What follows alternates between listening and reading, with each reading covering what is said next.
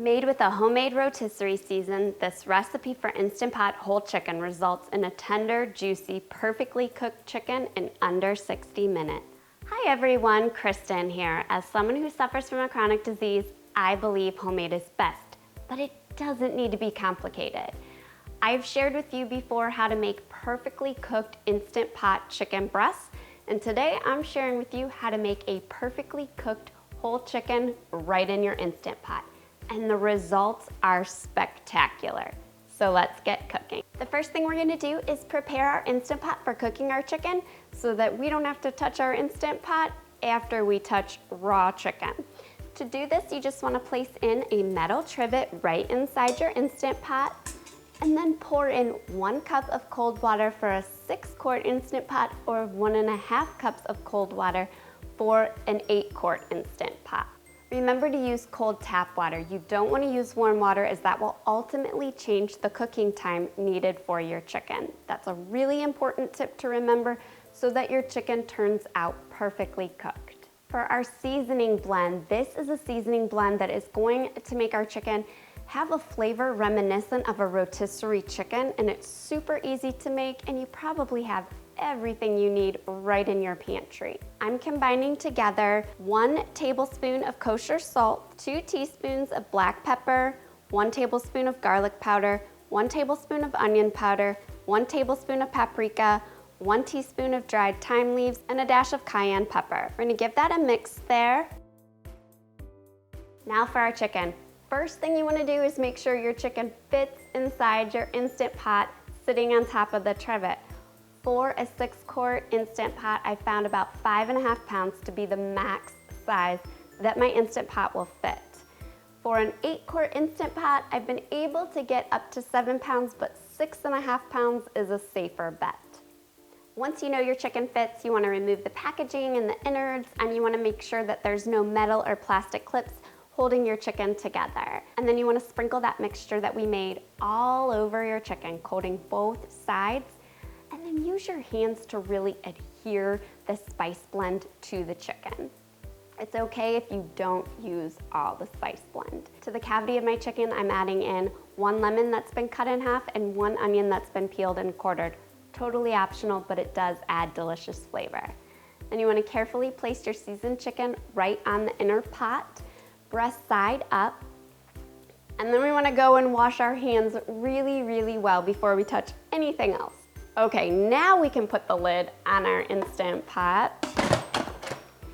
Make sure your venting knob is pointed towards sealed, not venting, and to set cooking time. You're going to determine the cooking time based on how large your chicken is. You want to cook for 6 minutes per pound. Unless your chicken's really thick or you feel like it wasn't fully defrosted, which sometimes happens when you purchase them from a grocery store, they're often pre-frozen before they put them out for sale. I have a 3-pound chicken today, so I'm cooking for 18 minutes on high pressure. Remember, you want to hit manual or pressure cook and then use the plus or minus buttons to adjust the cooking time. Once the cooking time has elapsed, don't do anything for at least 10 minutes. That's crucial to keeping your chicken super tender and finish the cooking time. Once you've allowed pressure to release for 10 minutes, go ahead and open up your Instant Pot. I find I typically don't need to release any remaining pressure after 10 minutes. Smells so good, like Sunday supper in here.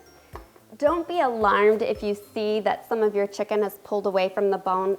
That is totally natural occurrence when you're pressure cooking a whole chicken, but it will still be delicious. But we do want to make sure that our chicken has reached an internal temperature of 165 degrees. So we want to take a digital thermometer here and place it into the thickest part of the chicken thigh, and we want to make sure that it reads 165 degrees.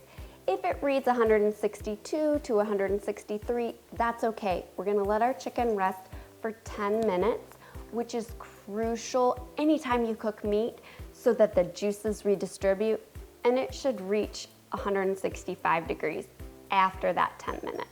So at this point, my chicken's perfectly cooked. I want to remove it from the Instant Pot. And if you were just going to be using this chicken for, let's say, recipes that call for pre-cooked chicken or leftover rotisserie chicken. You just want to let your chicken rest for that 10 minutes, tented with foil, and then you can remove the skin, discard it, chop up your chicken, use it as desired. But if you want to serve it for dinner like I am tonight, you probably want to crisp up that skin because nobody likes flabby, soggy skin. So to do this, I'm brushing my chicken here with a little bit of oil. You could certainly use melted butter.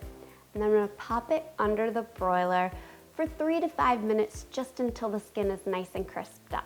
Keep a close eye on it so that you don't burn it. And then once you remove your chicken from the broiler, again, you want to make sure that you let it rest that 10 minutes. That's so important before you cut into any cooked meat, just to give it time to let those juices redistribute. The way you serve this chicken is up to you. It's delicious served for dinner with a salad and potatoes, or it's great in any recipe that calls for leftover cooked chicken. It's absolutely perfect. In fact, I'm gonna go in for a bite right now.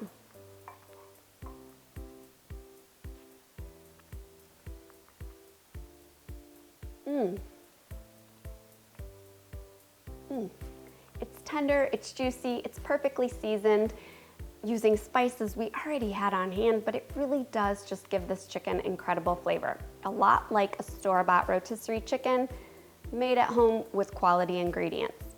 And don't forget to save the bones from this chicken to make Instant Pot chicken broth, which I'm gonna share with you in my next video. Until then, happy cooking.